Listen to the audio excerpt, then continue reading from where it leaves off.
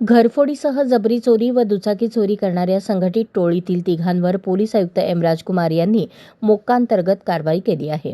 त्यांच्याविरुद्ध शहरातील वेगवेगळ्या पोलीस ठाण्यात अनेक गुन्हे दाखल असून गेल्या 10 वर्षात 8 जबरी चोरी केल्याचे तपासात आढळले आहे.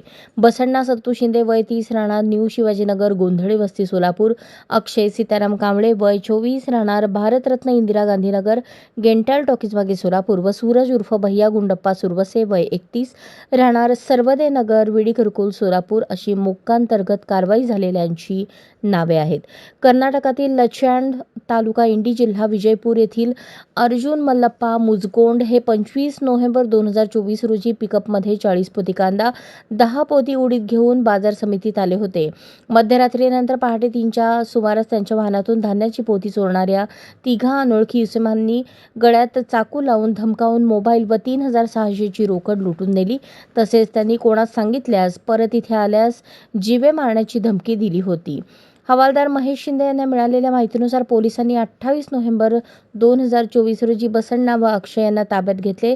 त्यांच्याकडून 2 दुचाकी व 3 मोबाईल हस्तगत करण्यात आले. त्यापैकी एका मोबाईल चोरी प्रकरणी जेलरोड पोलिसात गुन्हा दाखल होता, तर दुचाकी चोरी प्रकरणी MIDC जोडभावी तर अन्य मोबाईल चोरी प्रकरणी जेलरोड पोलिसात गुन्हे दाखल आहेत.